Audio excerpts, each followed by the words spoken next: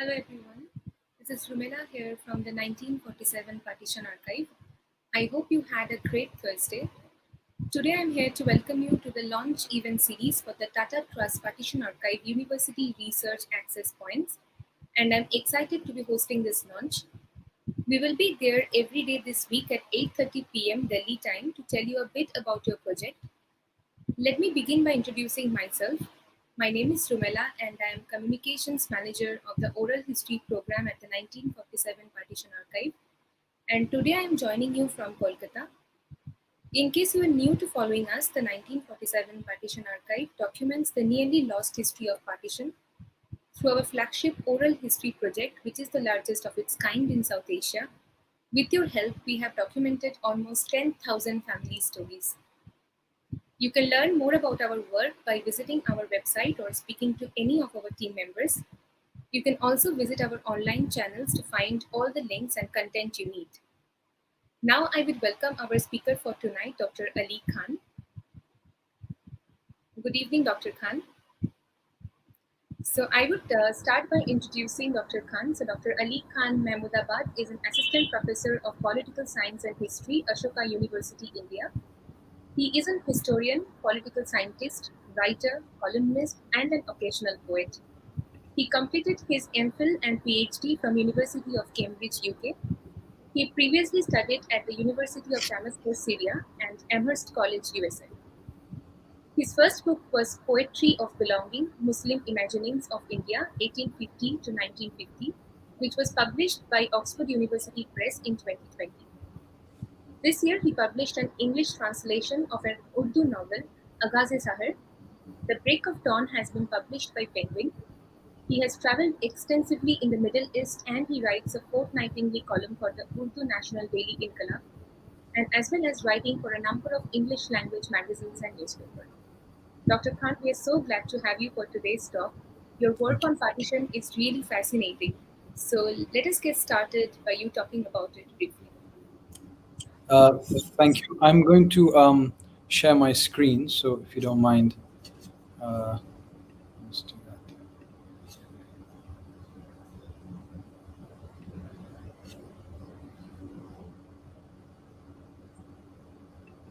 Sorry, one second.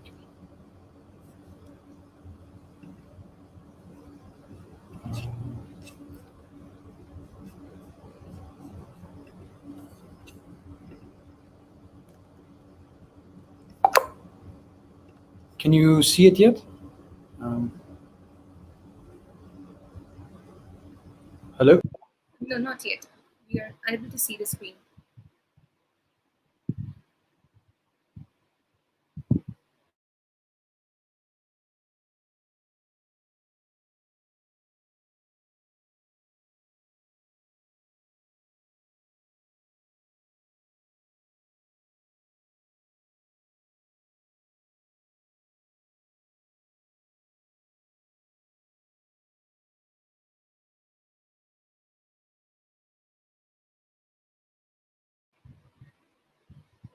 I guess we have lost Dr. Khan, so we'll wait for a couple of minutes for him to join back. Thank you everyone for your patience.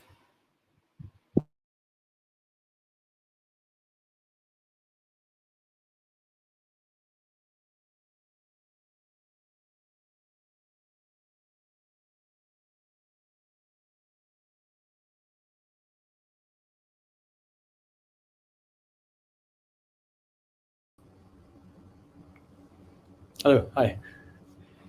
Hi, Dr. Khan, welcome back. Hello, sorry. And I will just, there we go. So can you see the presentation? Yes, we can see it now. It's loading. Yeah, it's there. Okay, great. So I'm going to talk a little bit about my research, but before that, of course, I wanted to thank you all for having me today and for doing this incredibly important work. I think it's a service to all of South Asia, not just to a service to a nation. And I think what you're doing is incredibly important, not just as a historical archive, but as actually a way of confronting the trauma that I speak of partition. So I'll speak a little bit about my own research, which is about poetry and the spaces of poetry, Kavi Sammelans and Mushairas, more importantly in my case, and how those spaces actually always historically transcended the limitations of political spaces or even religious spaces, and therefore how literature has been so important. And I want to advocate that it will be so important in bridging separations, distances between people, between communities. And I think culture and literature is one of the ways in which this will be possible. And because you're gathering this incredibly rich archive and these incredibly important stories, I think the future generations will be able to confront and think about the past in ways other than which the state, the nation state, or indeed political forces tell them how to think about them. So in a sense, confronting the past and not reducing it to a spectral presence that continues to haunt us is something that is of deep importance in terms of South Asia, in terms of thinking about how to heal the wounds of partition, and one of the ways in which to do this is to confront the past. And I think unless we do this, we pass on memories, and memories, the ghosts of time, if you like, carry on to the next generation who are estranged from the original event, and of course harden and have a more narrow view, perhaps, of those who actually suffered the brutalities and suffered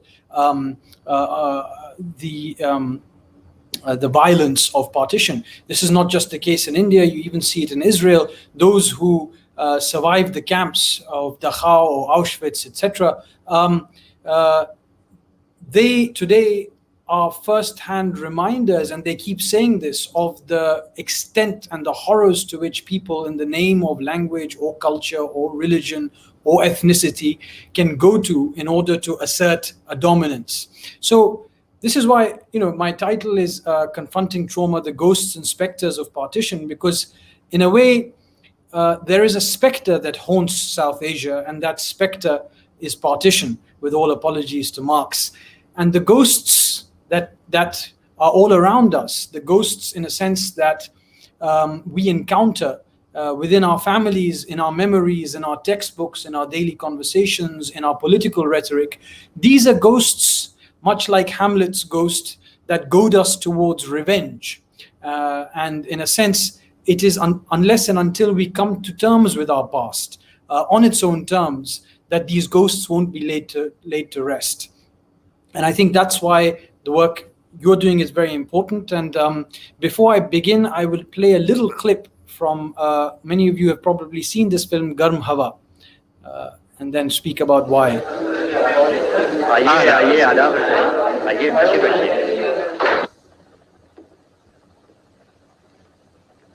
फरमाइए। ओह, मैं पूछने आया था, मेरे कर्ज का क्या फैसला किया आपने? पिछला जमाना होता मिर्जा जी तो इतना कर्ज मैं अपनी जिम्मेदारी पे दे देता, लेकिन हमारे दरमियान जमाना कैसे आ गया? आप भी वही, मैं भी वही, और हमारा लेन देन भी कोई नया नहीं है। वो तो ठीक है, लेकिन अपनी ट्रेड की हालत देखिए, कितने जूते वाले रातों रात पाकिस्तान भाग गए, कितना रुपया डूब गया बैंक का। जो भागे हैं उनकी सजा उन्हें क्यों दी जाए जो ना भागे हैं और ना भागना चाहते हैं?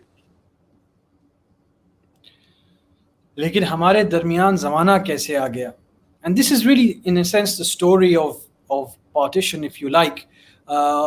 And as these archives emerge, the ones like the ones that have been gathered in the 1947 Partition Archives, a story emerges which is much more nuanced than the story that is told by our textbooks. Of course, after 1947 and then subsequently after 1971 in Bangladesh, the story that the nation states tell are, of course, because of the political implications of how they stand on history. And I remember as a young person and as a child in school, we actually were never taught about partition. We were taught about independence. We were taught about how Mahatma Gandhi had a non-violent struggle in the freedom struggle. He struggled for independence, but we never were taught, in a sense, about partition. We encountered partition. In my case, as I will tell you later on in this presentation, there were very direct and immediate reasons for encountering partition, but across northern India particularly, but also in Hyderabad and other parts of India, partition, of course, was either encountered through the political rhetoric of parties that sought to invoke its spectre in order to give themselves legitimacy, or in order to use partition as a moment to give themselves credibility and authenticity. Or indeed, the other way in which partition was encountered was through whispers in the family of ghosts of past, family members who had migrated, families who were split, families that didn't all go one way or the other, missing people, the violence, the rape, and these stories were passed down the generations. Each family, of course, had its own stories of the traumas, of the violence that they suffered. And because there was no other way of confronting the incomprehensible, in a sense, reality of partition, millions of people displaced, millions of people dead, and yet there is a silence. And perhaps at one level, silence is important in terms of introspection. But in order to truly heal, and particularly heal the wounds of distrust, as Balraj Sahni's character in this little clip shows you, one has to confront what has happened in the past. And of course, it hasn't been in the interest of the Pakistani nation state or the Indian nation state to do this for various political reasons, and therefore it is up to us, the citizens of India, to carve out a space outside of politics where people speak to each other, narrate their tales, and are able to unburden themselves and also share. Because it is only, in a sense, the recognition of the suffering of another which is an indication of being truly human. And in a sense, political parties across the world, especially populist majoritarian parties, what they seek to do is to transform the other into an inhuman, almost animal or pathogen. And therefore, what is more important than ever, and I think a lot of the stories of the Partition Archive speak about this, is about the kindness of strangers, about recognizing the suffering of others. And I'll speak about this, this more. So, this is a postcard. I've got it from the Darkwak website that translates poetry in their Instagram page. And it was written by W.H. Auden, and I really find it an interesting starting point in terms of the literature around partition. Poetry. There are a lot of films made, there are some books written, there's poetry written. And of course, you probably find it odd that I'm beginning not with a poem by someone from South Asia, but someone like W.H. Auden. And of course, earlier on in the poem, Auden writes about this, what he says, but in 7 weeks it was done, the frontiers decided, a continent for better or worse, divided. Earlier on, he says, unbiased at least he was when he arrived on his mission, Cyril Radcliffe. Having never set eyes on this land, he was called to partition between two people fanatically at odds with their different diets and incompatible gods. Time, they had briefed him in London, is short. It's too late for mutual reconciliation or rational debate. The only solution now lies in separation. Now, of course, this speaks of a certain interpretation of history, but this idea of separation, of course, is key. And the language that we use is key because, in a sense, what is the vocabulary we use in order to understand partition? In Urdu, it is often called Taqseem-e-Hind, the division of India, the partition of India. In Hindi, it's called Vibhajan. In English, of course, partition. And partition doesn't quite capture that the same idea of a unified origin that separation does. right? And I think separation is such a powerful word in a certain sense, because separation implies some form of oneness, even though, of course, that oneness might be at odds with itself. Not just communities, not just societies, but individuals also have contradictory aspects to themselves. We are not unidimensional, therefore communities are not unidimensional. And in a sense, the beginnings of politics, if you go by the origin stories of most religions, lie in a form of fraternal violence. Cain and Abel, the Mahabharata, and so on. So this moment, we cannot, of course, wish away the violence, the hate, and so on. But that also coexists with the fact that the origins were one. And therefore, this event, which Auden writes about, 7 weeks he speaks about, which is really a moment, it's a blink on the canvas of time, becomes in a sense the defining moment, as Aisha Jalal puts it, of the century in South Asia. I've written a little couplet down by my grandfather, who migrated to Pakistan in 1957 with his daughters, and my father and my grandmother stayed in India, as well as my granduncle. And so it was a strange partition in my family, because the family itself was partitioned. And I'll speak about this later on. But I wanted to read this couplet for you. Uthega hai chaman walon, kaleje se dhuan barson, jala wo ek lamhe mein, bana jo ashiyan barson. My grandfather recited this much after partition at the request of someone in Karachi, who asked him what he thought about partition. Now, of course, we reduce historical actors, and anyone who's in politics to and try to understand them through the process of results and outcomes, rather than the very contradictory aspects that make up human beings. And of course, as is evident through this poem, he was trying to convey a sense of weariness and a sense of lament and sadness about this lamha, this split second that made itself an indelible stain on the canvas of time. And so, in a sense, there's a lot of literature written about partition, about who is responsible, who is not responsible, and that really isn't my purpose in this short presentation to get into. Ram Manohar Lohia, for instance, is one of the people in Guilty Men of India's Partition. He writes about this idea, and the reason I gave this quote is because he writes about the estrangement of the Muslim from the Hindu, and of course the Hindu from the Muslim. And people have been writing about this even to this day. Partition is still invoked in a certain sense, and plays a role in our politics in India today, as it does in the politics of, to some extent, Bangladesh and Pakistan.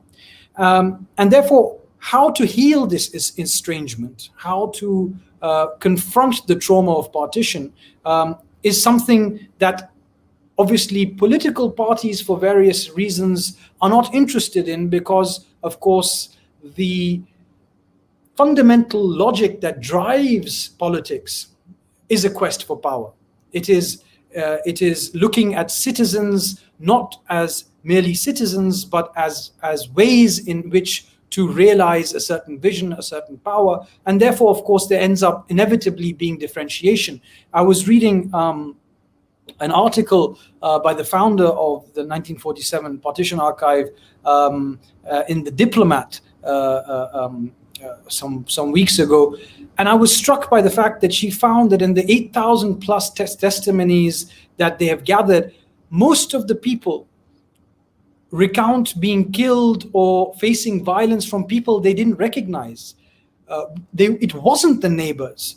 It wasn't the people who you had grown up with. Actually, that is the story I think that states have told us. And in a sense, we forget about the fact that the post-colonial states of both India and Pakistan in particular inherit institutions, particularly military and political institutions, that have their roots in the Raj, in the British Raj. And in a sense, those institutions take on the project of enforcing the state's will, and therefore of molding memory, of telling history as they want to tell it. And that's why I really think this, again, to repeat the point, this project is so important because it is the nationalist histories, which are unidimensional, which are black and white, that governments and nation states tell, do not capture the nuances, do not capture the intimacies that existed within communities, and treats them fundamentally as black and white. And so, without getting into this argument about the cause of partition, here Lohia talks about the unforgivable crimes of the Congress government, but a good place to begin as someone who is interested in healing would be to think about the Congress, the Muslim League, and the British, all in various ways as equally culpable. And therefore we come to this idea of ghosts. If the political parties and the nation state is imposing its own view of history for its own interest, it is writing textbooks in a certain way in order to paint a certain community, whether in Pakistan, whether in India, as a perennial victim, the politics of victimhood is inevitably going to lead to victims becoming oppressors. And therefore, more important than ever, it is to step outside the sphere of politics. And again, within society, try and build institutions and have conversations that seek bridges that are beyond politics. And I think this is a step towards that. And one of the ways to do that is by invoking those figures in the past that have represented truly the richest, the most harmonious, the most widely accepted figures that are part of South Asian history.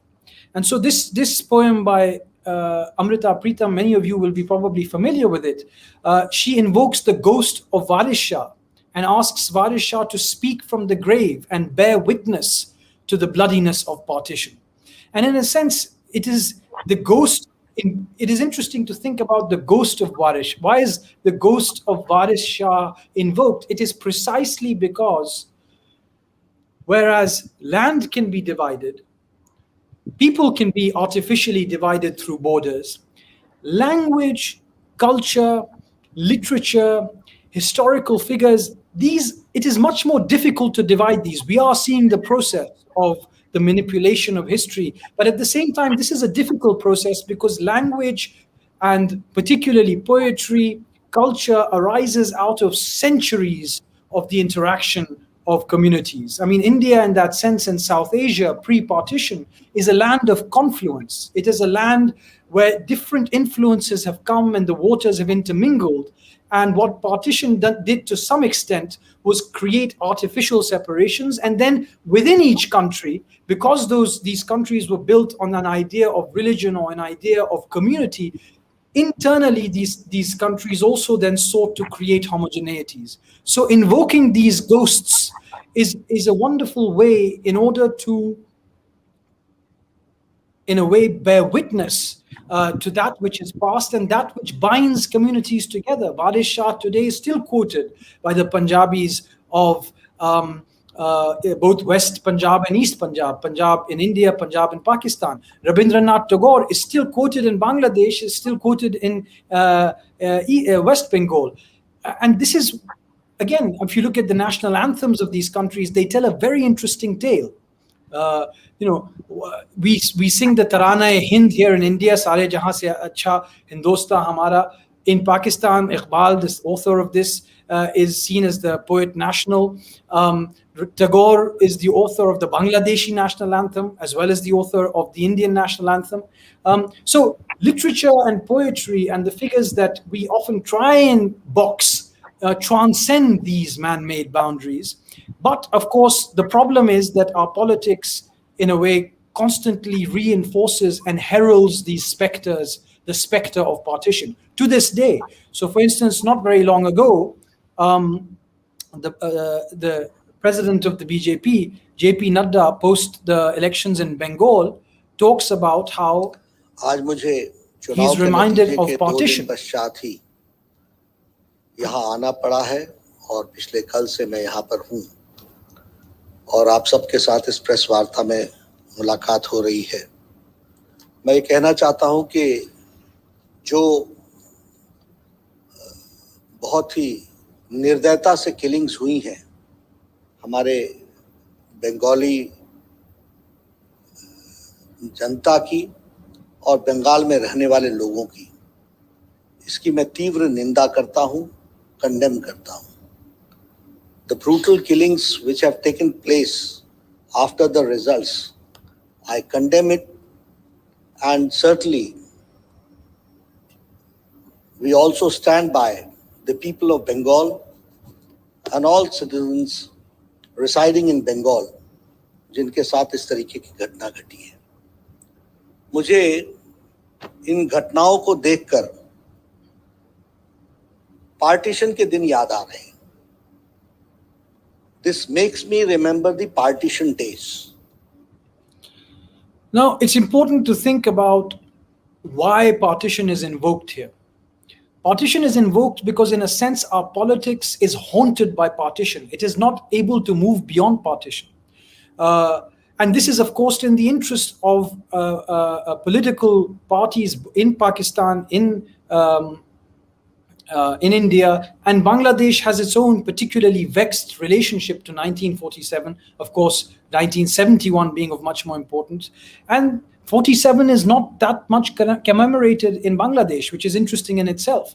And of course, it was interesting that Nadda was saying this about the violence, post-poll violence in Bengal, and Chandra Kumar Bose, Subhash Chandra Bose, Netaji's grandnephew, seeing the politics that was taking place in West Bengal, spoke of India heading for a second partition. It was no coincidence that he spoke about this in the context of West Bengal, which is, of course, where the first partition happened, and it was annulled in 1905.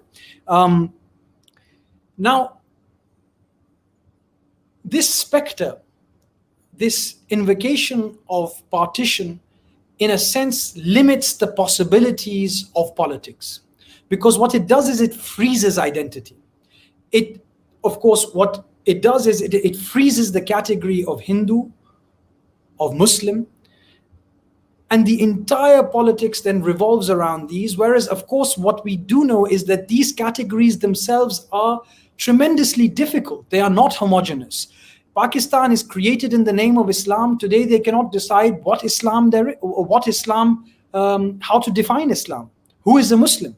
As demonstrated by the blasphemy cases, and of course, as demonstrated by the pitiful state of minorities in Pakistan. Similarly, in India, today there is talk of a Hindu majority versus a Muslim minority, but ultimately we are all minorities in India, because once, assuming the Muslim problem is dealt with, there will be a debate about who is Hindu enough and who is not Hindu enough. So, this spectral presence of partition, the ghosts of partition, must be confronted in order to open up the possibilities of a politics in India that is not simply anchored to a past that is marked by violence and marked by the distrust of communities. This is another poem by Jibananda Das, who was born in the 19th century, one of the most famous poets of Bengal after Qazi Nazrul Islam and, of course, Tagore. And again, these are poets who are spoken across the border. Literature transcends these artificial boundaries. And it is to interrupt you. We are not Yes. seeing that slide. If you can kindly move the slides, we aren't seeing the slides. Can you see this now? We are seeing the first slide, the confronting trauma slide. Oh, I'm sorry. Let me just see.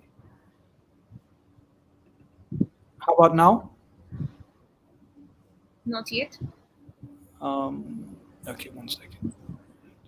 Yeah, we are seeing it now. Okay, I'll just do it through here.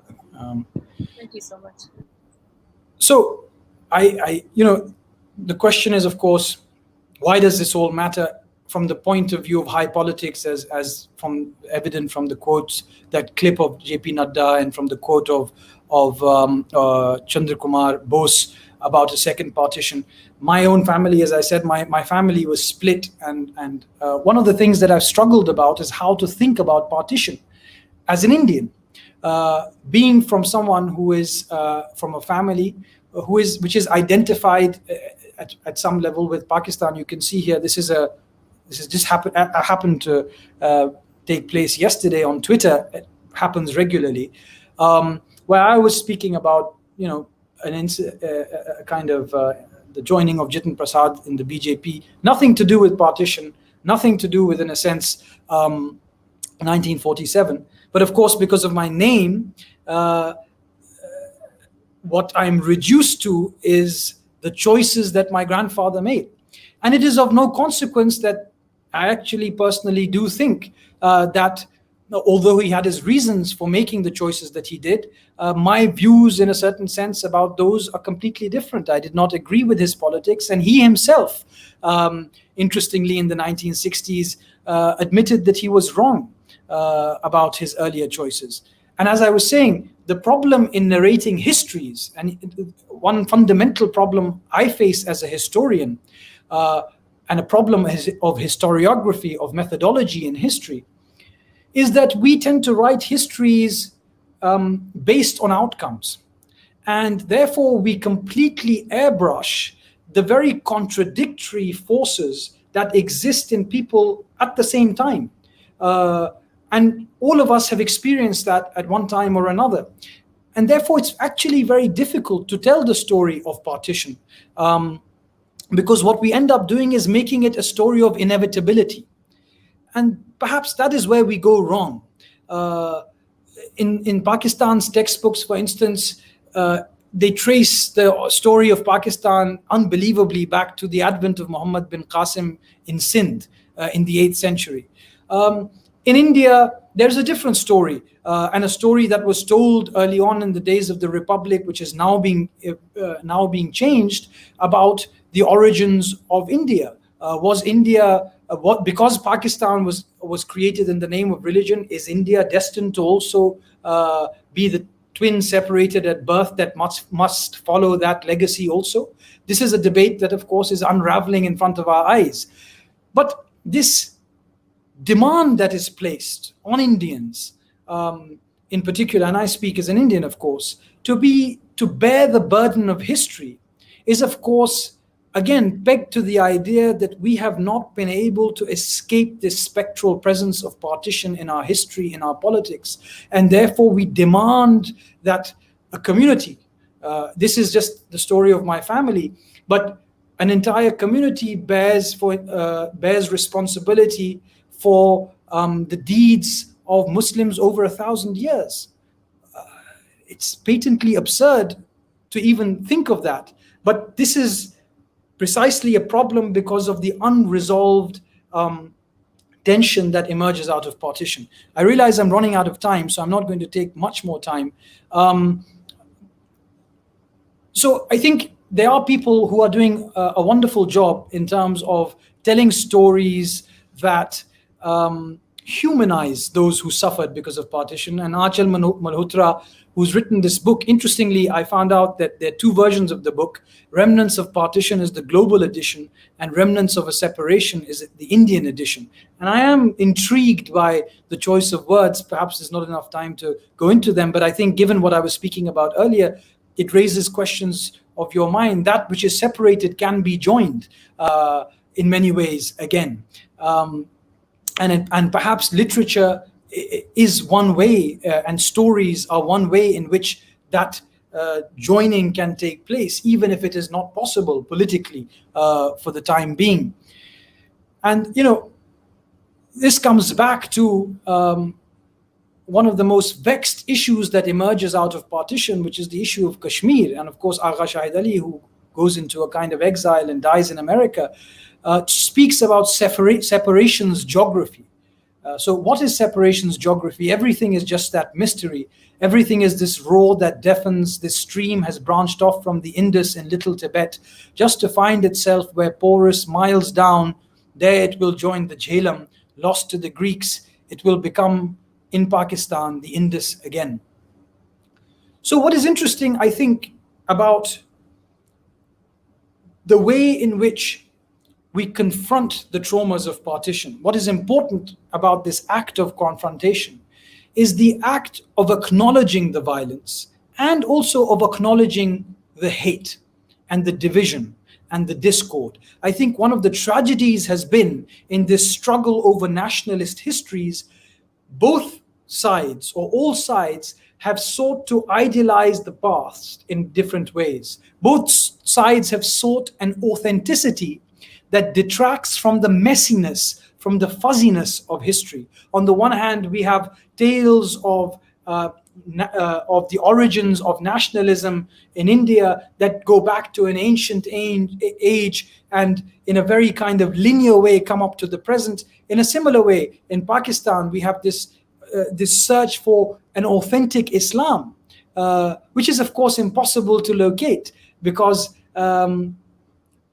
as a set of universal abstract principles, there is a stability in this category of Islam, but the way in which Islam is practiced and lived in everyday experience has been different across cultures, civilizations, and countries. And I think, therefore, the separation that Agha Shahid Ali speaks of, this artificial separation that has been enshrined in geography, can be overcome when we invoke the ghosts of the past in order to bear witness to the violence and also to bear witness to that which was shared before 1947, particularly in terms of language. And I wanted to end with another couplet from my grandfather. He says, "Nashaiman ke liye tinke chununga phir gulista mein, jala hai aashiyan ab aaj se fursat hi fursat hai." I will gather twigs once again in the garden to rebuild my nest, for my home has been burnt and I have all the time in the world. So the possibilities of the future, in a sense, lie in poetry, and those possibilities can be manifested by bearing witness to the past, by calling to the ghosts of the past to bear witness. And as we know, all around us today, we are surrounded by those ghosts. Everyone claims to co-opt them. If you look at Gandhi, if you look at Lohia, if you look at Bhagat Singh, if you look at Ambedkar, the very interesting story that emerges as even the BJP, as a political party that has nothing, that in a sense shares very little historically with these figures, has sought to co-opt them because the ghosts of these figures are so important. They bear witness to a history that was far more messy, fuzzy, difficult to understand than the binaries we use in order to tell the story of our politics and also to tell the story of ourselves. Thank you.